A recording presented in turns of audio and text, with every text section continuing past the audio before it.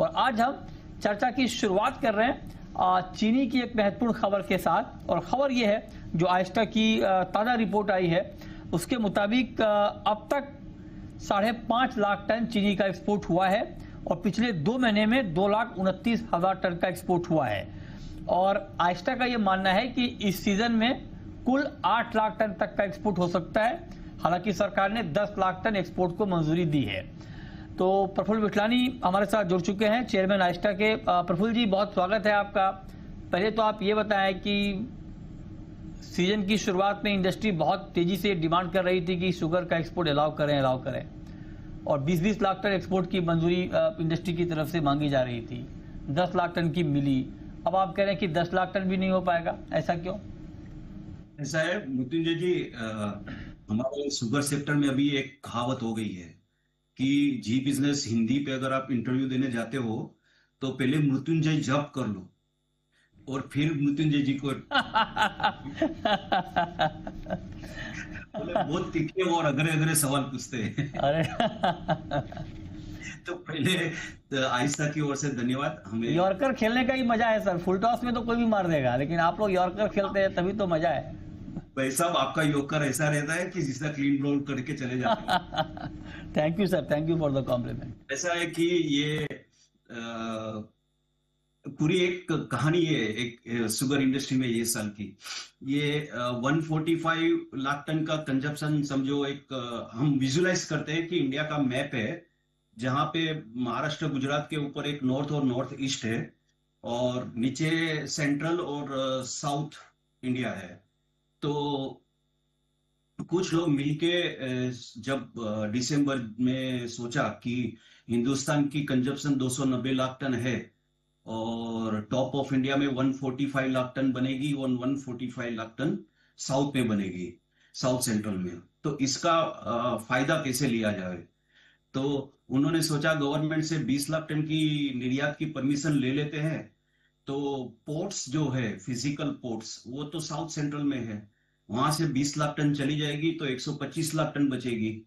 हमें तो हमारा कोटा मिलना है, हम तो कोटा का बेनिफिट भी ले लेंगे।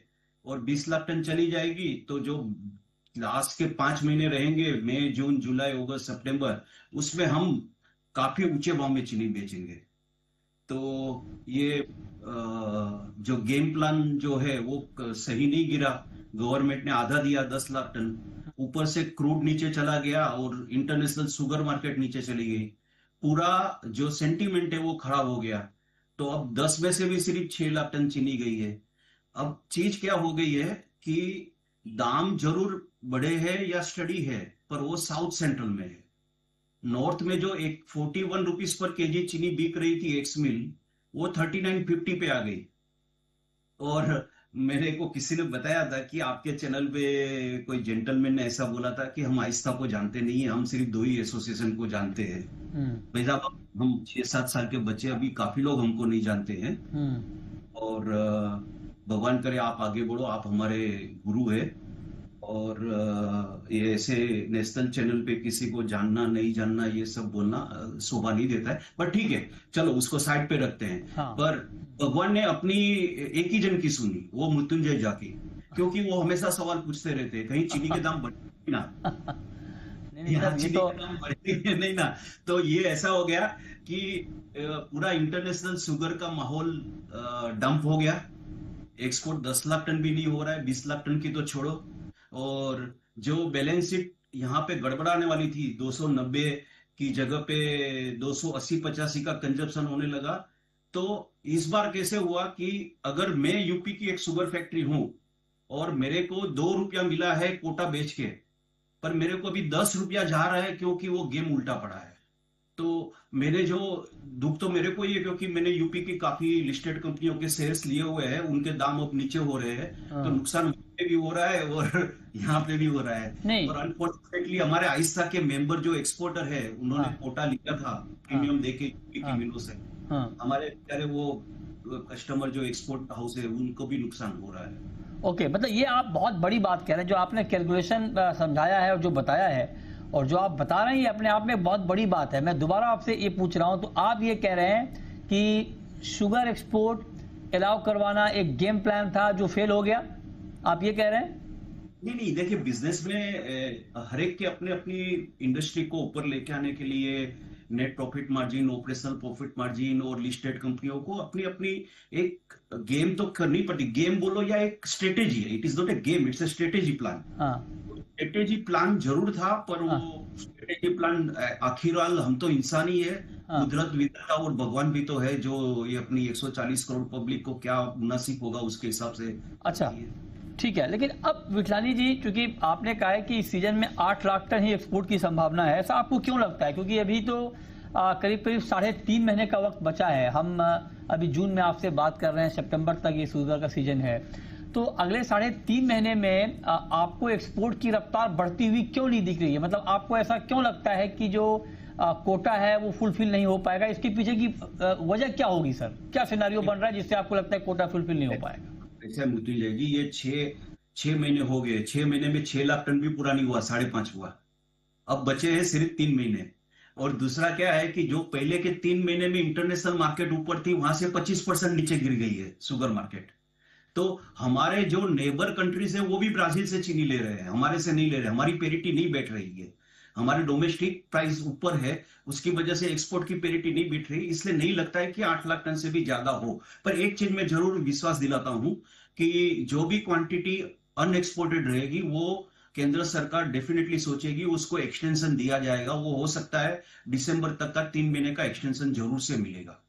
ये आपने बढ़िया बताई कि अगर ये तब तक टाइम फ्रेम में पूरा नहीं हो पाया तो हो सकता है कि एक्सटेंशन मिल जाए, ताकि वो 2 लाख टन भी एक्सपोर्ट हो जाए। अच्छा सर, एक बात और कि अगर ये मान लीजिए एक्सटेंशन नहीं मिलता है और 2 लाख टन चीनी यहीं रह जाती है, या फिर वैसे भी आपने कहा कि चीनी के दाम घट गए हैं, नॉर्थ में 41 से 39 रुपीज चीनी के दाम आ गए हैं। अगर मैं आपसे पूछूं कि अभी चूंकि मानसून का सीजन भी है, तो मानसून के सीजन में जब बारिश बहुत होती है तो बल्क डिमांड भी चीनी की थोड़ी कम हो जाती है। इस बार मानसून वैसे भी अच्छा बताया जा रहा है, तो क्या हम उम्मीद करें कि चीनी के दाम कुछ और कम होंगे? नहीं, ये ज्योग्राफिकली देखिए ऐसा हो सकता है कि जो सेंट्रल से साउथ के रेट स्टडी हो जाएंगे, और अगर नॉर्थ को मार्केटिंग करने के लिए अगर कहीं सेंट्रल इंडिया तक भी आना पड़े, गुजरात तक, तो ये हो सकता है कि दाम यहाँ पे भी गिरे। बढ़ने की उम्मीद नहीं है, क्योंकि आज नॉर्थ की जो मिले हैं, बिहार हो चाहे यूपी हो, उत्तरांचल हो, उन लोगों को क्या है कि अपनी कोटे जो आते हैं वो, क्योंकि एक्सपोर्ट, फिजिकल एक्सपोर्ट तो सेंट्रल से साउथ में हुआ, उन्होंने तो बेचा ही नहीं, उन्होंने तो सिर्फ कोटा ही बेचा, तो उनके मंथली कोटे बड़े आते हैं, हमारे कम आते हैं। तो ये हो सकता है कि ज्योग्राफिकली जो कभी कभी ही यूपी की चीनी गुजरात तक आती है वो आ जाने लगे, पर ये उम्मीद नहीं है कि दाम बढ़ेंगे। ये या तो सेंट्रल से साउथ इंडिया में रेट स्टडी रहेंगे, और या फिर यूपी के दाम में कमी आई तो हमें भी कमी करनी पड़ेगी।